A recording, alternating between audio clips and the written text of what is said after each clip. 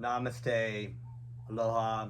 My name is Janapati Das, and welcome to the beginning of the Bhagavad Gita as it is class. I had just finished the Krishna book series over the last few years, which I saw you can find on my YouTube channel.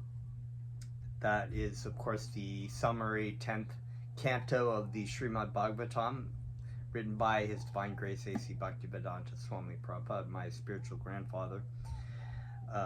This is the Bhagavad Gita, and it's entitled The Bhagavad Gita as It Is, translated by my spiritual grandfather A.C. Bhaktivedanta Swami Prabhupada, the spiritual master of my spiritual master, Jagad Guru Swarupananda Paramahamsa Srila Prabhupada. So I'd like to offer my respectful obeisances both to my Guru Dev and my spiritual grandfather, and pray for their mercy upon me to clearly and accurately remember the instructions that I've received from them and be able to accurately transmit that. And this is, of course, the process of Bhakti Yoga. And this is the premise of this story of Arjuna and Krishna on the battlefield of Kurukshetra, which the disciple receives the spiritual master from a bona fide spiritual master. In this case, the Supreme Personality of Godhead, Sri Krishna, is instructing his disciple and his friend Arjuna, the warrior.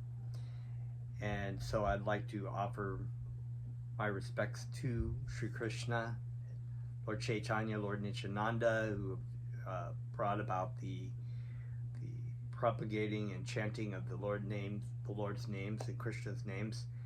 And so welcome to this class. I'm going to be doing this series of reading through the Bhagavad Gita, and we'll see how it goes. This is very exciting. I have been reading the Krishna book, so it's been a little bit of a different format of a storytelling, but we will read through this and we will work our way through it. And so feel free to like the videos on YouTube and make any questions or comments you like about that. So, of course, as my spiritual master and all great acharyas in the Gaudiya Vaishnava lineage have instructed us to chant the names of Krishna as instructed by Lord Chaitanya Mahaprabhu, the Supreme Personality of Godhead himself, non-different than Sri Krishna. And Krishna and Radha, the love of Krishna, the love, devotional service of God, and the lover and the loved, I should say. And so we're going to chant Krishna's names. I would invite you to join along, please. And in this process of kirtan, we will chant the names of Krishna. I will chant the mantra first. You can listen, rest in the holy names of Krishna. Bathe, let the spiritual sound vibration bathe over you, and the second time through you can chant back and repeat. And this is our process of kirtan as instructed by our spiritual masters and how we do it.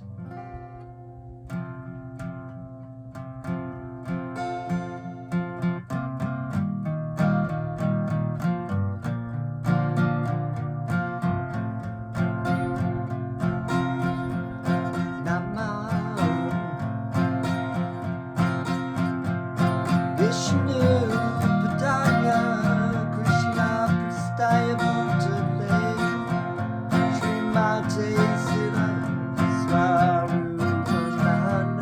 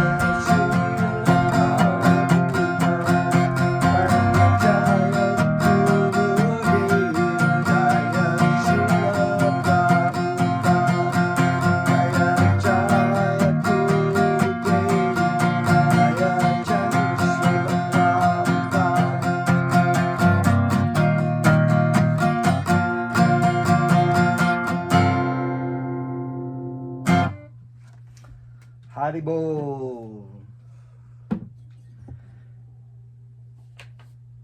Om Namo Bhagavate Vasudevaya. I was born in the darkness of ignorance, and my spiritual master opened my eyes with the torch of knowledge. I offer my respectful obeisances unto him.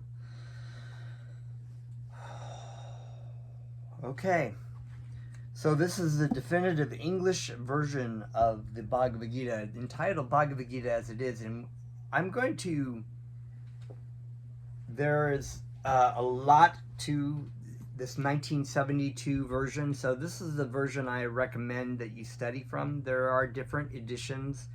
Unfortunately, some of the so-called disciples of Bhaktivedanta felt free to edit the words of future editions. So you may find that you're in a Bhagavad Gita and some of the wording and the phrasing of is different. So, but this is as it is, Bhaktivedanta Swami Prabhupada, his word for word transliteration.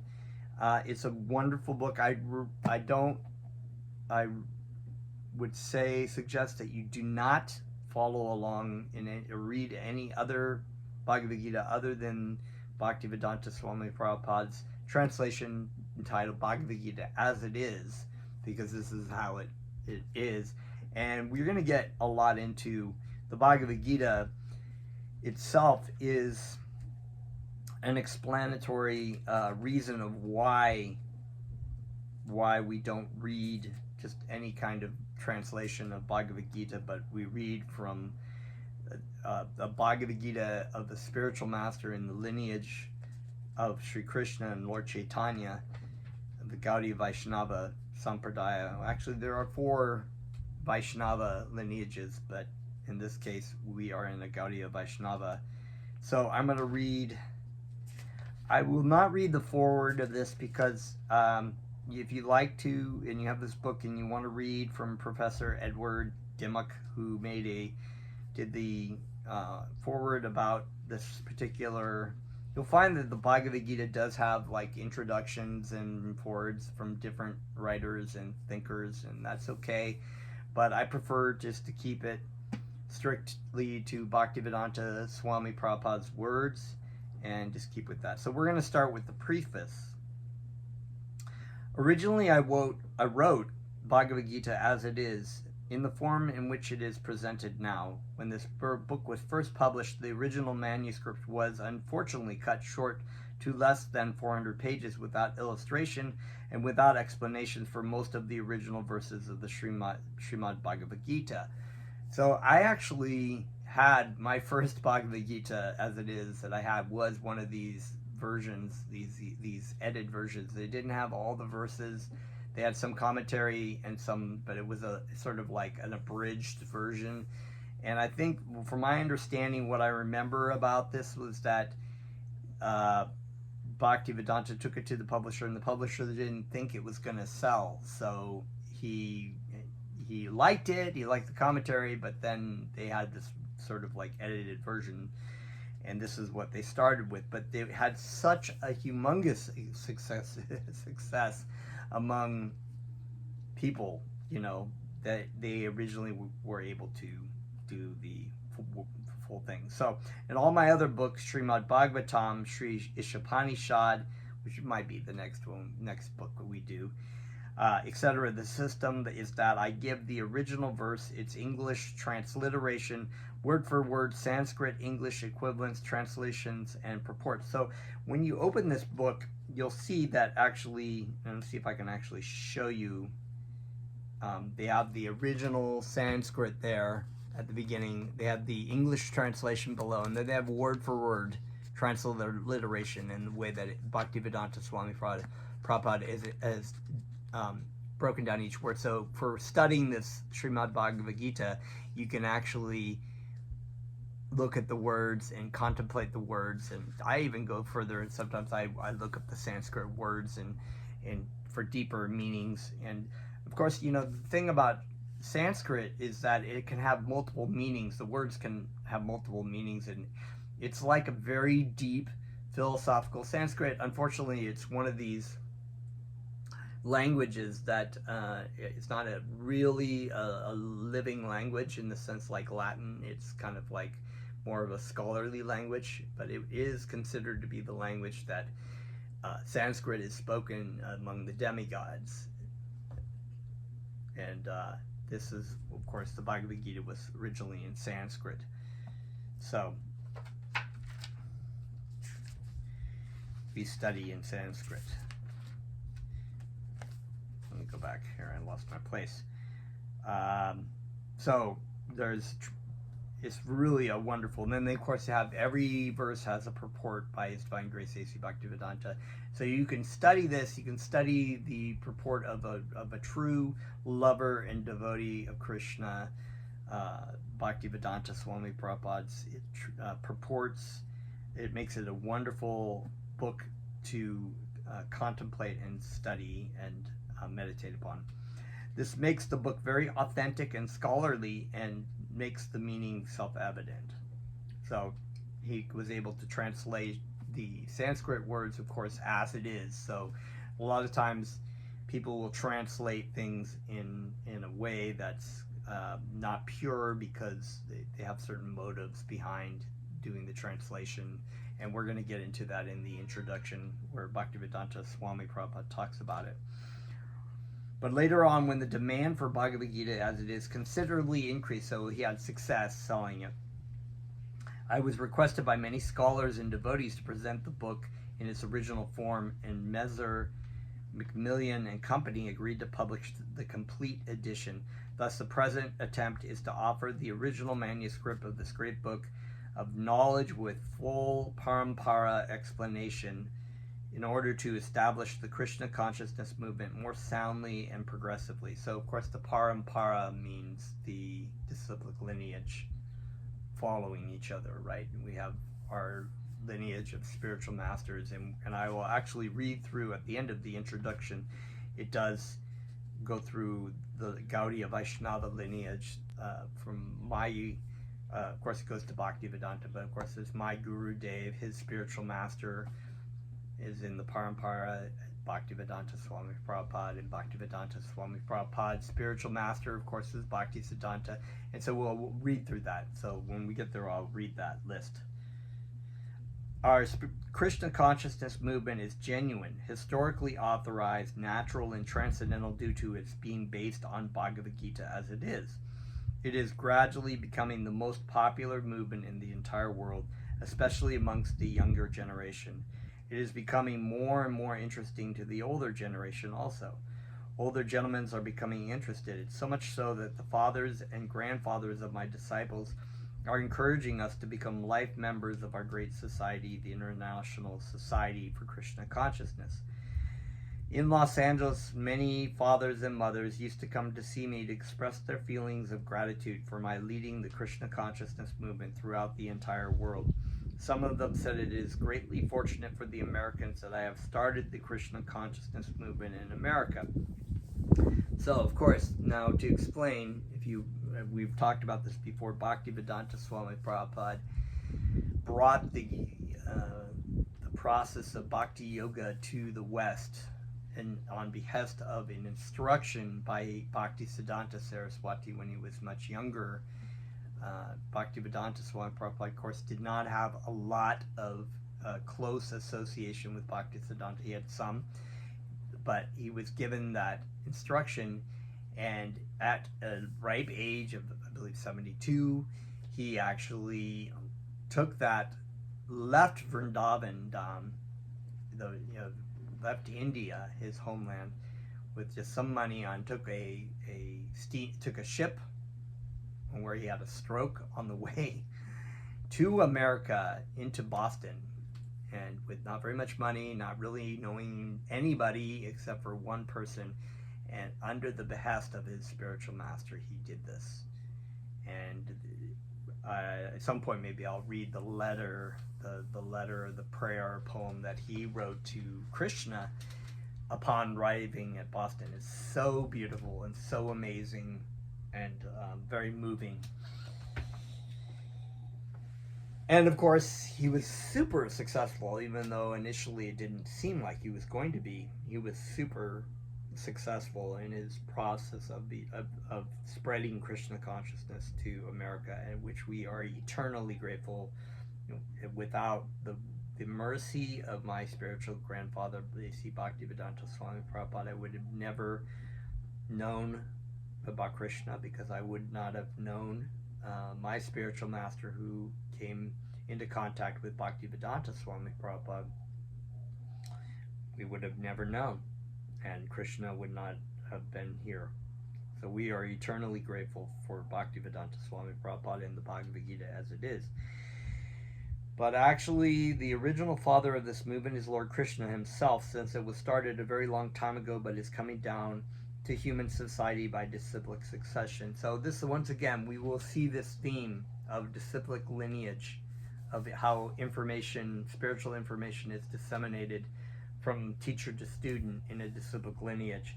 And everything, the premise of the Srimad Bhagavatam and the Bhagavad Gita are based on this idea of disciplic lineage. In fact, the story itself is Krishna instructing Arjuna.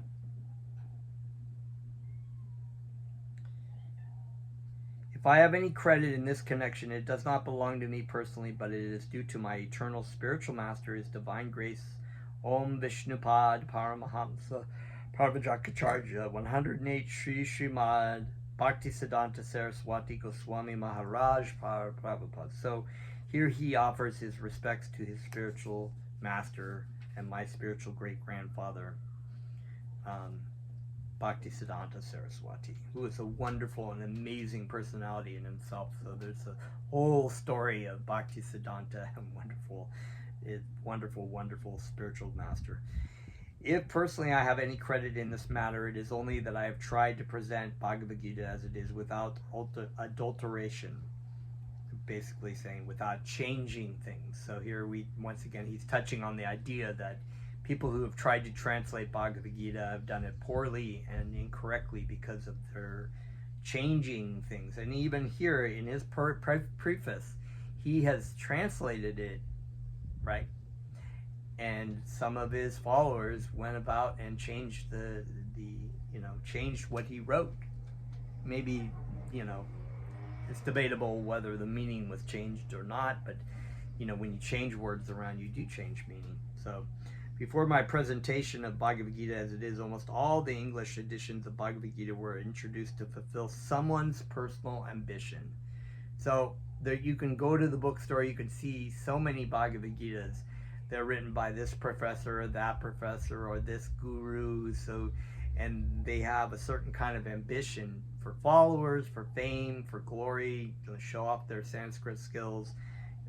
They're making money off the Bhagavad Gita, and they do not have a clearer vision about what the Bhagavad Gita really is about. But our attempt in presenting Bhagavad Gita as it is to present the mission of the Supreme Personality of Godhead, Krishna. Our business is to present the will of Krishna, not that of any mundane speculator like the politician, philosopher, or scientist, for they have very little knowledge of Krishna, despite all their other knowledge. So you have these people who are translating and they're interpreting all kinds of things in the Bhagavad Gita without any disciplic lineage, but just coming out of their own speculation. One of the things that is said in the Bhagavad Gita is that any kind of philosophical speculation will never, ever understand the absolute truth. Either philosophical speculation or material sense enjoyment of fruitive activities will one ever come to understand the absolute truth. Okay, so when Krishna says man mana bhava bhakto manyaji mam namaskuru, etc., we unlike the so-called scholars, do not say that Krishna and his inner spirit are different. Krishna is absolute, and there is no difference between Krishna's name, Krishna's form, Krishna's quality, Krishna's pastime, etc. This absolute position of Krishna is difficult to understand for any person who is not a devotee of Krishna in the parampara disciplic succession system.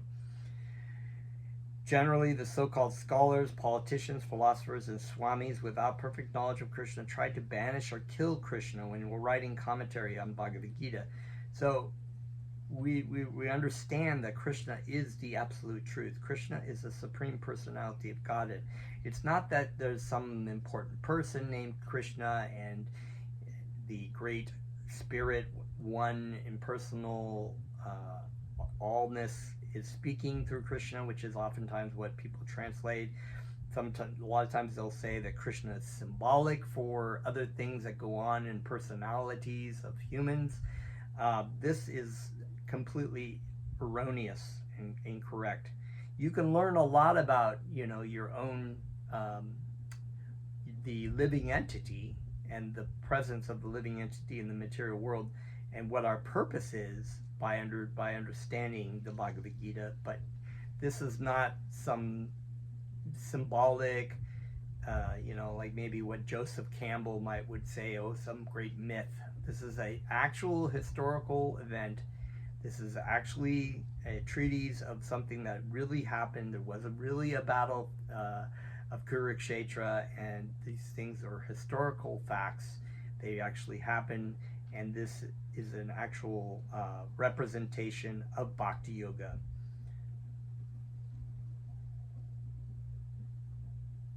Okay, so such unauthorized commentary upon Bhagavad Gita is known as Mayavadi Bhashya, and Lord Chaitanya has warned us about these unauthorized men. Lord Chaitanya clearly says that anyone who tries to understand Bhagavad Gita from the Mayavadi point of view will commit a great blunder. So it's really important to know that when you try to understand the absolute truth by reading the translations that are unauthorized and incorrect, you're making a big mistake because you're completely confusing yourself.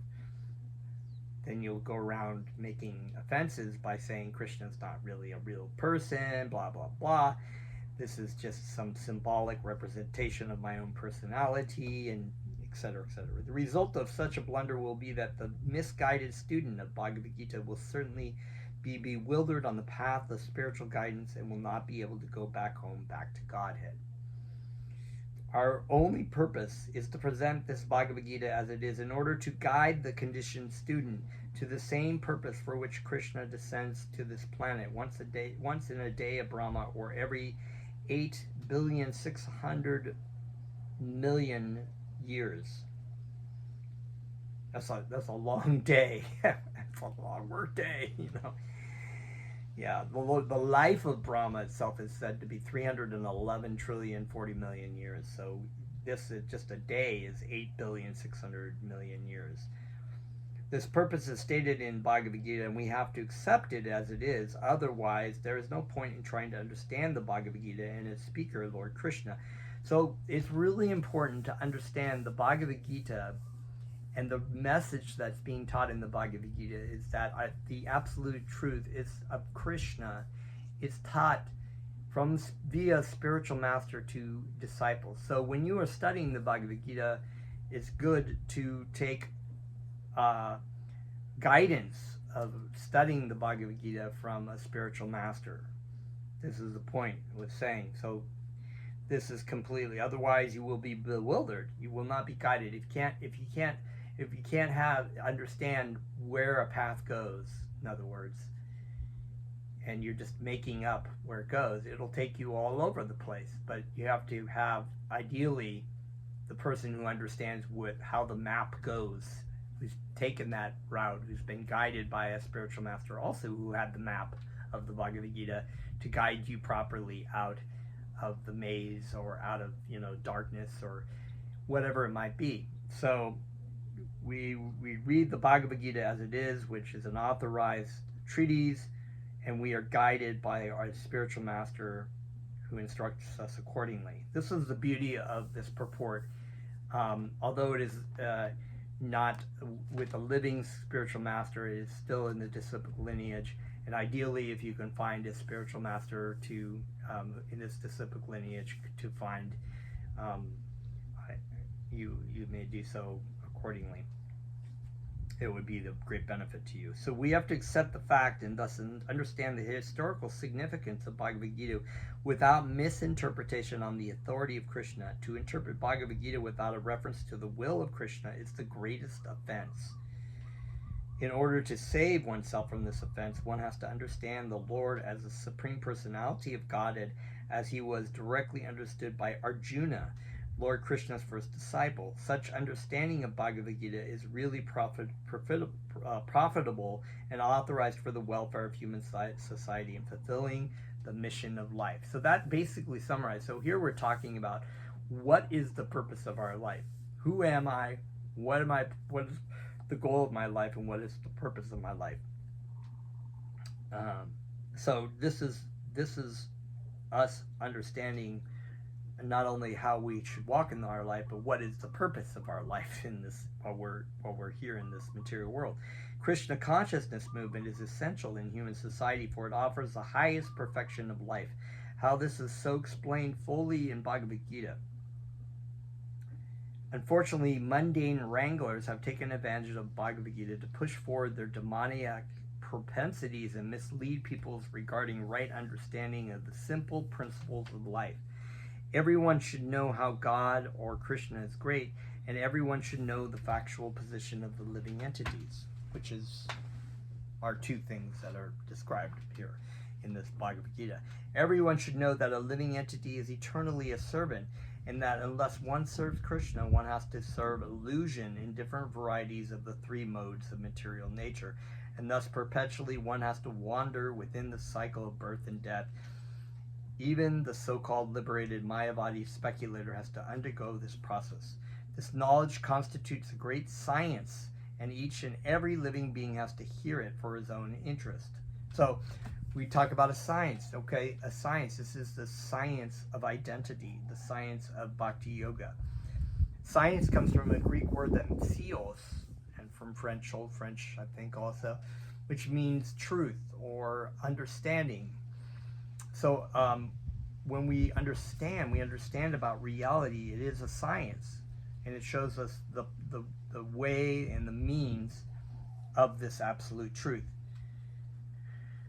So we've talked about this in what we're gone over the Krishna book about the three modes of material nature and illusion. But we're gonna read into this Bhagavad Gita. As we get into it, we will unfold that, and it breaks it down in each chapter. So people in general, especially in this age of Kali, are enamored by the external energy of Krishna, and they wrongly think that by advancement in material comforts, every man will be happy. So we understand that there's an external energy, there's a material energy.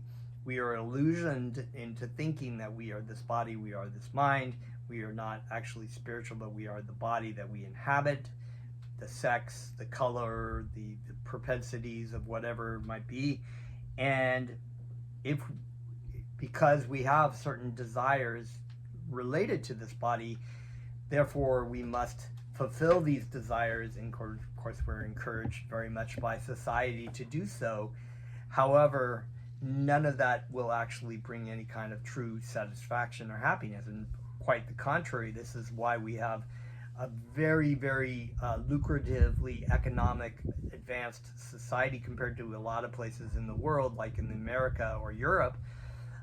Yet we have extreme high rates of drug use, suicide, unhappiness, unrest, anger, depression, just so many things, alcohol abuse, physical and mental abuse at a high level. I think suicide was at the world highest rates, the highest rate of history in 2021 in the United States. Why is this? And then you get people from third world countries that are like, what? You guys have everything. You got Starbucks on every corner, and you can eat whatever you want, and you can, drive whatever you want, and you can buy cell phones and go on all Netflix shows, and you've got all these so many kinds of sensual enjoyments. Why is it that everyone is so unhappy and so completely miserable? It's because this point that there is an illusion of thinking that this if we keep advancing our material comforts in society, if we just get these things right and that thing's right, and we just have solar power everywhere, and we just have what money for everyone, or people who were wronged in the past. It's just like so many things that they've tried to add. I mean, if you look at the material advancement from like the 1940s or 1950s, we've gone like way up high, but yet things have gotten worse in a lot of ways for people. A lot more unhappiness, a lot more isolation and misery. So this is the false illusion in this age of Kali. And of course, we talked about the different ages, Sata, Dwapara, Treta. I think I got those all right. And then Kali Yuga, which is the current age of iron, right? Of chaos, quarrel, and confusion, which we are completely enamored. I mean, look at it. We're only supposedly like 5,000 or 6,000 years into this Kali Yuga age of quarrel, chaos, and confusion. Look how bad things have gotten. We have a situation where people are just like hate each other because of like who they are gonna vote for, or who they're gonna choose on, or their person's candidate. You like that person, so I hate you, and I hope you die, and they're just getting in fights. Or one people are hoping that the other person's candidate will get assassinated. I mean, it is nuts, crazy, completely bonkers. And this comes all stemmed in this age of this completely being enamored by the external energy and not understanding who we really are. They have no knowledge of the material or external nature. They have no knowledge that the material or external nature is very strong, for everyone is strongly bound by the stringent laws of material nature. A living entity is happily the part and parcel of the Lord, and thus his natural function is to render immediate service to the Lord. By the spell of illusion, one tries to be happy by serving his personal sense gratification in different forms which will never make him happy. And so you can probably hear my cat out there. He's a living entity thinking he's a cat. He thinks he's in a cat body. He thinks, my life is good. I can wander around chasing rats and getting fed, sleeping on the bed, scratching on the wall so I can try to come in, licking myself, licking my fur. That's what it's like, my life. He doesn't know he's a living entity, So this is what is going on with every living entity trapped in the material world, right? The Lord wants this, and he demands this. This is highest perfection of life. So he wants people to take that propensity to enjoy and lord and control and redirect it into our natural relationship that we've had eternally, and which is what Krishna will explain to Arjuna, that this relationship is going on eternally, but we have forgotten that. We have gotten lost into this material world, going from birth after birth after birth into different kinds of species of life. And so we will never be happy until we satisfy the senses of the Lord. So we take this propensity of what we're doing and we redirect it into the service of Krishna. Our Krishna consciousness movement is teaching the whole world. Okay, so this is the highest perfection of life. The Lord wants it and he demands it. One has to understand this central point of Bhagavad Gita. Our Krishna consciousness movement is teaching the whole world this central point, and because we are not polluting the theme of Bhagavad Gita as it is, anyone seriously interested in deriving benefit by studying the Bhagavad Gita must take help from the Krishna consciousness movement for practical understanding of Bhagavad Gita under the direct guidance of the Lord and the spiritual master, ideally, who is a representative of Krishna. We hope, therefore, that people will derive the greatest benefit by studying Bhagavad Gita as it is, as we have presented here, and if even one man becomes a pure devotee of the Lord, we shall consider our attempt a success. So this was written May 12, 1971, written in Sydney, Australia, by Bhaktivedanta Swami Prabhupada. So that's the end of the preface. And we can just read a little bit of the introduction, some really nice prayers that we have here, okay?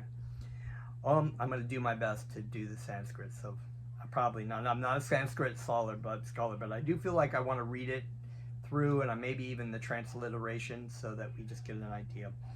Om Gana Tamirandasha Gana Jana Shalakaya Chakshur Minitam Yanatashmai Sri Gurave Namaha Shri Chaitanya Manobishtam Stapitan Yanatiputale Svalam Rupa Kadamayam Dadati Svapadantikam. I was born in the darkness of ignorance, and my spiritual master opened my eyes with the torch of knowledge. I offer my respectful obeisances unto him. So, that prayer, of course, as you know, I've said that many times, is really wonderful. Once we offer always our respect, just as Arjuna was offering respects to Krishna as his spiritual master, we offer our respects to our spiritual master who instructed us in the Bhagavad Gita. The Bhagavad Gita, of course, is Bhagavan means God, isn't God. Bhagavan. And Gita means a song or music. So the Bhagavad Gita means the song of God, is translated as that. And it is this knowledge of our relationship with Krishna, of our loving relationship with Krishna, reminding us. And when we receive instructions from our spiritual master, we are receiving instructions of the Bhagavad Gita, the song of God. When will Srila Rupa Goswami Prabhupada, who has established within this material world the mission to fulfill the desire of Lord Chaitanya, give me shelter under his lotus feet? Once again, we take shelter in not just our own spiritual master, but the lineage of spiritual masters, because Guru is one.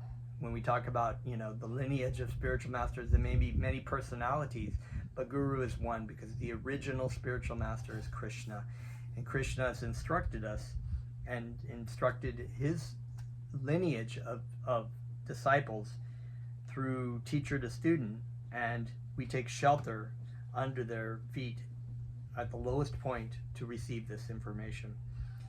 Okay, so I'm going to try this long prayer here. Vandeham Shri Guru Shri Yuta Pada Kamalam Shri Guruan Vaishnavascha Shri Rupam Sagrajatam Sahagana Lahaguna Tavitam Tam Sajivam Sadvaitam Sabhadutam Parijana Sahitam Krishna Chaitanya Devam Shri Radha Krishna Padan Sahagana Lalita Shri Vishakhanvitam Shah. I offer my respectful obeisances unto the lotus feet of my spiritual master and to the feet of all Vaishnavas. So there was what we're talking about. We offer our respects to not just our spiritual master, but all spiritual masters. I offer my respectful obeisances unto the lotus feet of Srila Rupa Goswami, along with his elder brother Sanatan Goswami, as well as Raghunath Das, Raghunath Bhatta, Gopala Bhatta, and Srila Jiva Goswami, which is known as Goswamis. They are different disciples, the chief disciples of Lord Chaitanya Mahaprabhu, who basically were instructed by Lord Chaitanya and instructed in and to write literature about the science of Bhakti Yoga. Lord Chaitanya Mahaprabhu, who was in incarnation, was the same as Krishna. He came as Krishna. Krishna came as Lord Chaitanya to inaugurate the chanting of Krishna's names. Only gave 8 verses of prayers, which we pray and we meditate upon one of these days. Maybe I'll do a class on all of them. It's very wonderful. But in that, all the literature that you see is embodied in the prayers of Lord Chaitanya. So we offer our respects to the Goswamis, who were direct disciples of Lord Chaitanya Mahaprabhu and Lord Nityananda. I offer my respectful obeisances to Sri Chaitanya, Krishna Chaitanya, and Lord Nityananda, along with the Advaita Acharya, Gadadhar, Sri Bas, and other associates. Of course, the Panchatattva. We have the direct associates of Lord Chaitanya, Lord Nityananda, Sri Advaita, Gadadhar, and Sri Bas. And this is, we can find these in many of the writings that were written by disciples. The Chaitanya Charitamrita by Krishnadas Kaviraj and Chaitanya Mangala, Chaitanya Bhagavat. These are all, maybe one day we'll get to those too. Those are also very wonderful.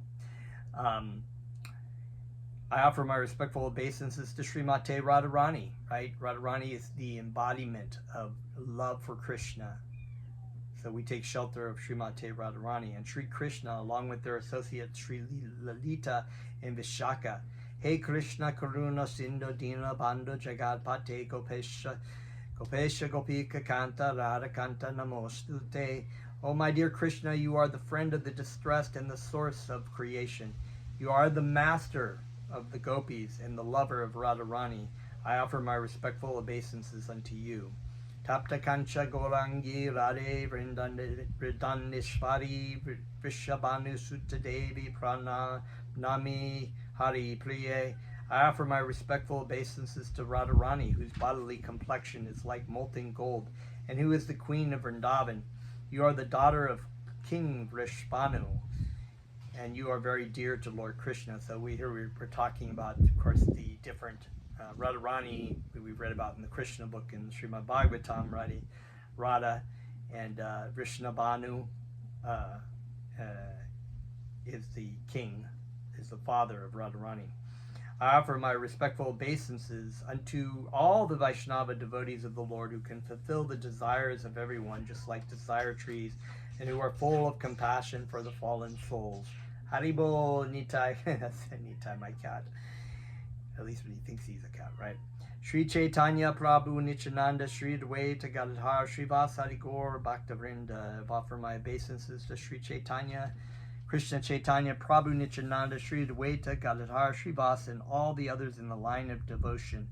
Hare Krishna, Krishna Krishna, Hare Hare, Hare Rama, Rama Rama, Hare Hare. Which, of course, is loosely translated, Krishna, O energy of Krishna, or loving devotion of Krishna, please allow me to engage in your loving service. That's the basic translation of that Maha Mantra. So wonderful prayers. You can go there and you can meditate. You can learn these prayers. They're just so beautiful, so wonderful. So, beginning in this introduction, Bhagavad Gita, which is known as Gita Upanishad, is the essence of Vedic knowledge and one of the most important Upanishads in the Vedic literature. So there are many, I think, 108 primary Upanishads, many more than that actually, but then there's like a chief of like 10 or 12, which the issue Upanishad, of course, was the primary, one of the primary one, but the Bhagavad Gita is also known as an Upanishad also. So it that's a whole nother class to talk about what an Upanishad is, because we have a breakdown of different kinds of things in the Vedic literature, which we have like Puranas, which are historical things, and we have, different kinds of the I'm drawing a blank. Can't think of the word of it. Well, anyway, we have the Mahabharata.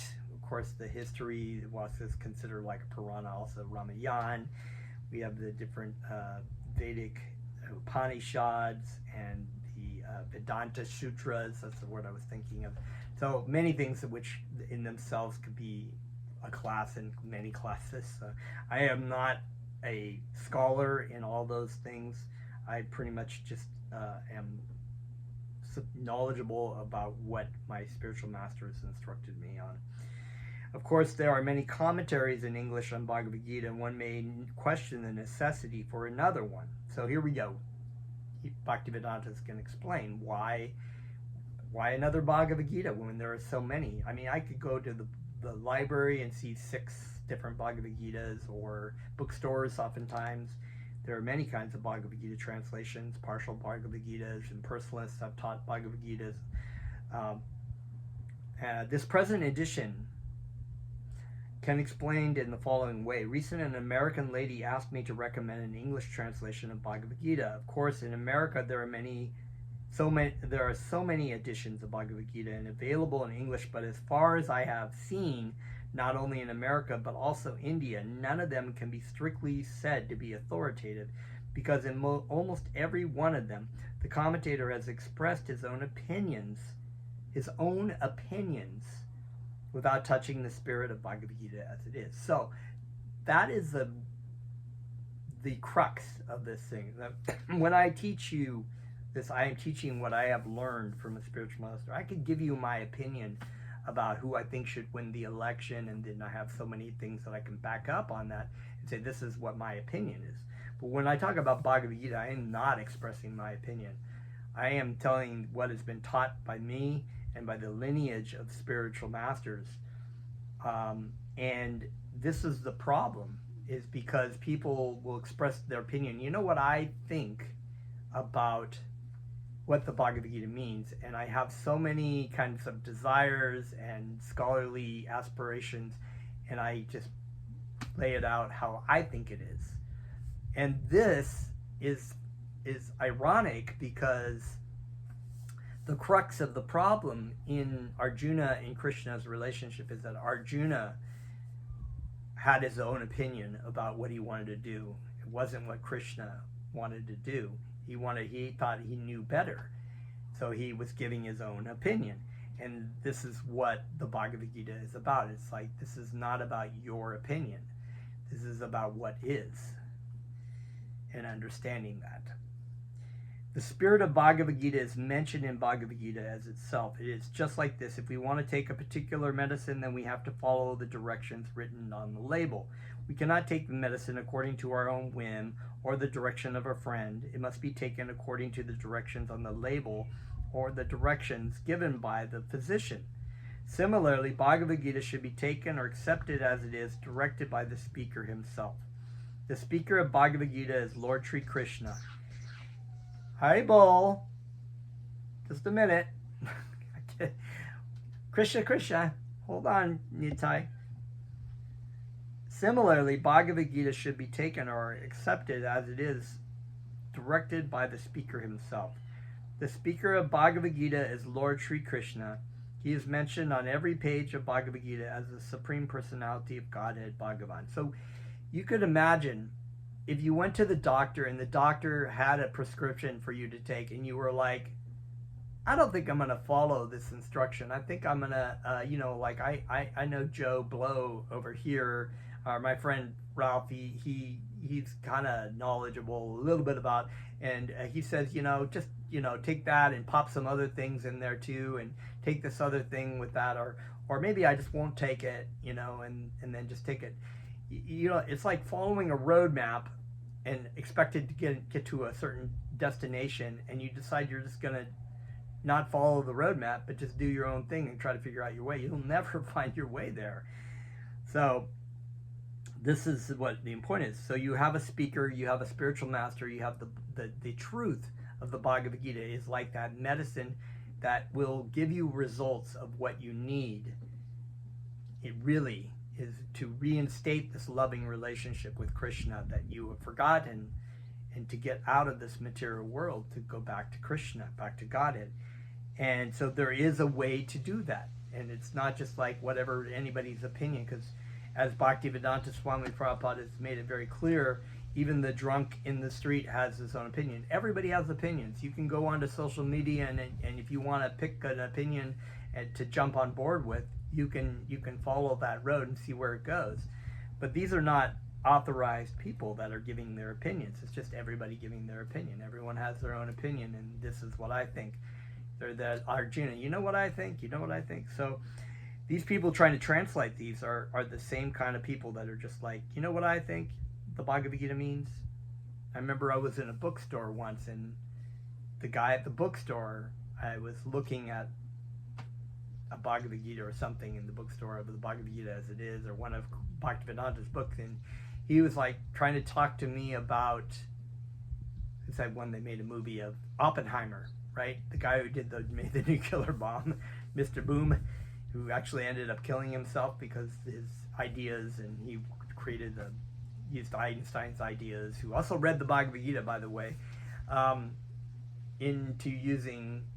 making a destructive thing that killed hundreds of thousands of people and may potentially wipe out our world very soon, because we're in this conflicts all over the world, getting close to World War III. So that being said, we hope not. Hopefully people will read the message of the Bhagavad Gita and change their ways. But he was saying that Oppenheimer himself prided himself as a Sanskrit scholar, and he did a translation of the Bhagavad Gita, and he tried to explain what he had read about the Bhagavad Gita and was completely wrong. I said, no, that's not what it is. I said, that's the problem, is that Oppenheimer is his own spiritual master. He didn't have anyone to follow except his own mind, which is not a great person to follow when you're just letting the mind dictate whatever. That will also be discussed, the issue of the mind. in the Bhagavad Gita. So, the speaker of Lord Shri... Okay, so the speaker of Bhagavad Gita is Lord Shri Krishna. He is mentioned on every page of Bhagavad Gita as the Supreme Personality of Godhead, Bhagavan. Why we have the Bhagavad Gita, right?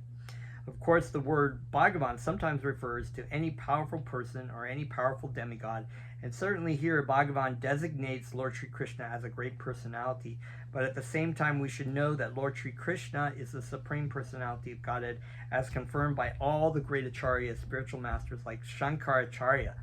Now that one is interesting because Shankaracharya was Lord Shiva and was instructed by Krishna to come and delude the Buddhists of the time in India to follow the Vedic principles, but he taught the monism or impersonalism, which we have discussed, of course, in the prayers by the personified Vedas in my video. You can go back and watch those videos.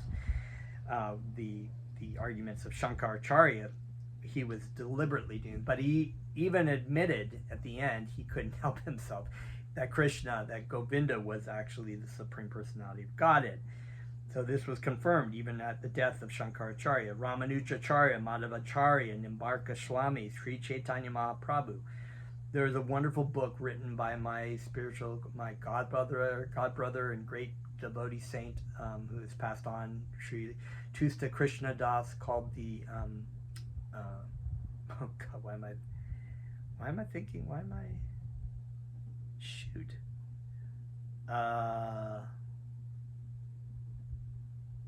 Let me think about that. Okay. I don't know why I'm like forgetting that name of that. Of course, my old age, but I'll remember it eventually. But anyways, in the story of Tusta, it was a similar thing. Teacher to student, right? The civic lineage, and they outlined this lineage of spiritual masters, Ramanujacharya, Madhavacharya, Nimbarka Swami, and Sri Chaitanya Mahaprabhu, Shankaracharya, and Buddha, even Lord Buddha as well as initially, and many other authorities of Vedic knowledge in India. Lord himself also establishes himself as the Supreme Personality of Godhead in the Bhagavad Gita, and he is accepted as such in the Brahma Samhita, prayers by Lord Brahma, right? And all the Puranas, especially the Srimad Bhagavatam, known as the Bhagavad Purana, Krishna tu Bhagavan Svayam. Therefore, we should take Bhagavad Gita as it is directed by the personality of God himself. In the 4th chapter of the Gita, the Lord says, and we're gonna, okay, there's so much, yeah, right, okay, this is going to be a long video, so we're going to get, Imam Vishvarante Yogam Prakatvavam Aham Avayamyam Vishvan Manave Praha Manurish Ishvakyave Bravit. Sorry, I'm trying to do this. Evam Parampara Praptim Imam Rajashayo Vidu Sa Kalheneya Mahat Yogo Nashta Parantapa Sa Evam Mayatae Dayoga Prakat Puratana Bhakto Si Me Shaka Chete Rahashyam Hietad Uttamam. My Sanskrit attempt. Here the Lord informs Arjuna that the system of yoga of the Bhagavad Gita was first spoken to the sun god, and the sun god explained it to Manu, and Manu explained it to Ishvaku, and in that way, by disciplic succession, one speaker after another, this yoga system has been coming down, but in the course of time it has become lost. Consequently, the Lord has to speak it again, this time to Arjuna on the battlefield of Kurukshetra. So this is from chapter 4. That's chapter 4 they're referencing to, and we're going to get to that. And so we're going to continue on, I think, in the next video. So we'll stop here, and we'll continue with more of the introduction, which goes on for a little while, and then we will continue on to chapter 1, which is the observing the armies on the battlefield of Kurukshetra. Very exciting, very cool. So I think what I'm going to do is maybe initially when I start each chapter, I'm going to read all the way through the chapter and then go back and take each verse, read it by itself, comment about it, read the purports, and then we'll go through it. So you get the full gist of the flow. And who knows, maybe at the very end of it, I'll read the whole Bhagavad Gita, just the translations. This was really interesting because it really was like 30 or 45 minutes that Krishna was talking to Arjuna on the battlefield that this was spoken. But this is all this purport in here is just enough to continuously study for your whole life. So that is all for today. Thank you for joining me for my first Bhagavad Gita as it is class, and I'm just going to end it there. Please stay tuned. Namaste.